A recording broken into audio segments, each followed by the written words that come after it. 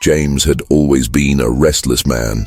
Despite having a stable career and a seemingly comfortable life, something inside him always felt missing. Every morning he woke up with a sense of emptiness, as if he were running on a treadmill that never took him anywhere. Stress, anxiety, and financial worries were his constant companions, stealing his peace and draining his happiness. He often wondered if there was another way.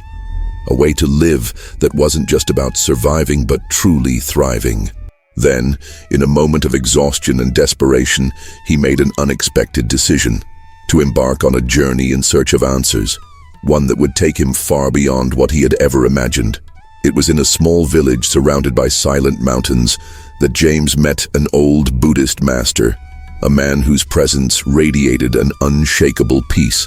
There was something about that place that made James feel as though he might finally have found the key to the transformation he so deeply longed for.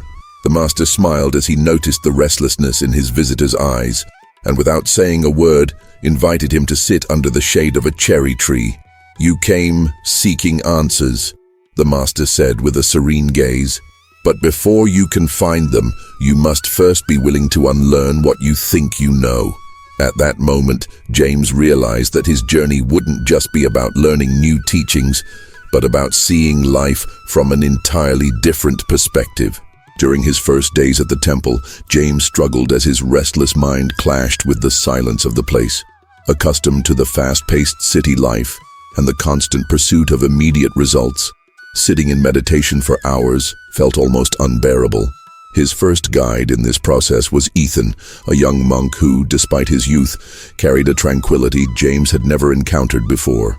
"Your mind is like a restless lake," Ethan said one morning, noticing his visitor's frustration. "The more you try to control the waves, the more turbulent it becomes. But if you simply observe and allow the water to settle, clarity will emerge." James listened, but resistance stirred within him. How could he just observe his problems when they felt so urgent? Still, he decided to try, even as his mind continued to fight against the silence. Days turned into weeks, and James faced his first major challenge: dealing with his impatience. He had expected peace and prosperity to arrive quickly, as if they were rewards for his effort. But as he watched the master and the monks go about their routines with serenity, he began to realize that impatience itself was an obstacle on his journey. In a conversation with Olivia, an older nun, he confessed his frustration. "I've always lived waiting for something to happen so I could finally feel at peace. But here, nothing happens. We just sit, breathe, and follow the routine." Olivia smiled and replied, "Peace isn't found in what happens around you, but in how you learn to be present. If you keep waiting for the perfect moment to be happy, you'll spend your entire life waiting." Her words echoed within him, awakening a new understanding. One day, during a walk around the temple, James noticed an old gardener named William, who spent hours tending to the trees and plants. Once, as he watched William carefully trimming a bonsai with great delicacy, James asked why he spent so much time on a single tree. William replied, "The secret isn't in forcing it into shape, but in giving it the time to grow the right way. If you cut too much, it dies. If you don't prune it enough, it grows wild. True prosperity comes from balance." The metaphor struck James deeply. He realized that his life had always been driven by urgency and the fear of not reaching his goals, never respecting the natural rhythm of things. Just like the bonsai, his journey required patience and care, not a desperate rush for immediate results.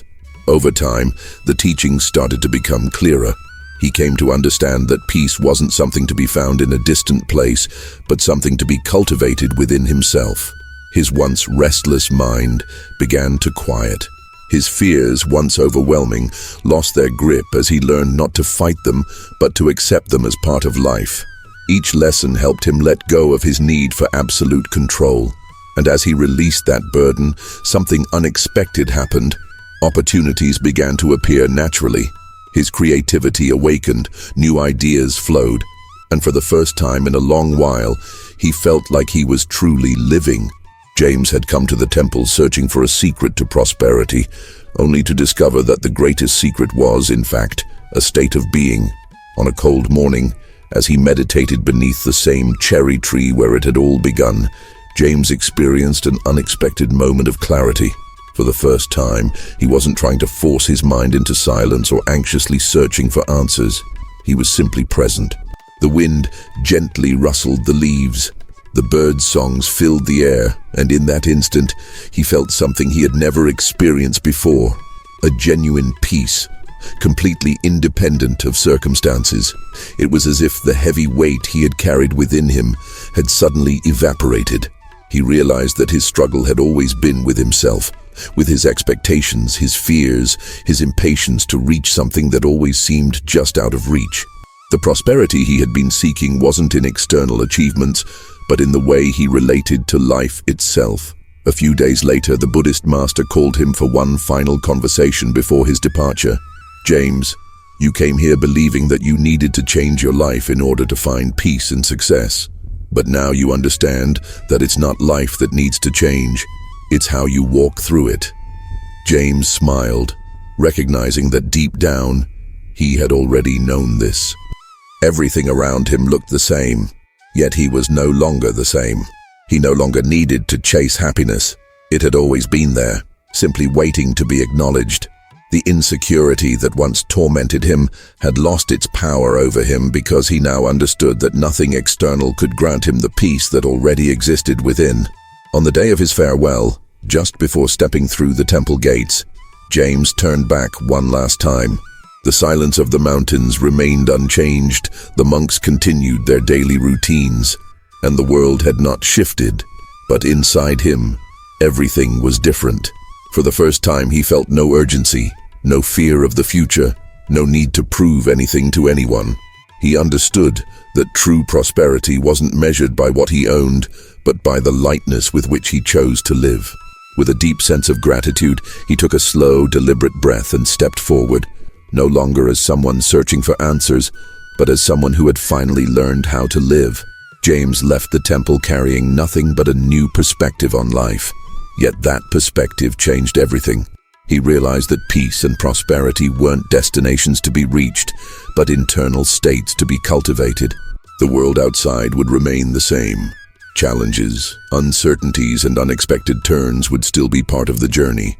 But now he understood that true strength lay in how he chose to respond to it all. Like a lake that only reflects the sky when its waters are still. His mind now had the clarity to see opportunities where he once saw obstacles. And this transformation didn't come through something magical or unattainable, but through something simple. Learning to slow down, trusting the natural flow of life, and being present in the moment. And this could be your journey as well.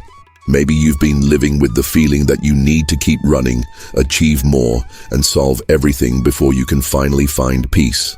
But what if peace has always been within you, simply waiting to be acknowledged? Like James, you don't need to escape or change everything around you to start truly living. Small shifts in the way you think and feel can completely transform your experience. So why not take that first step today?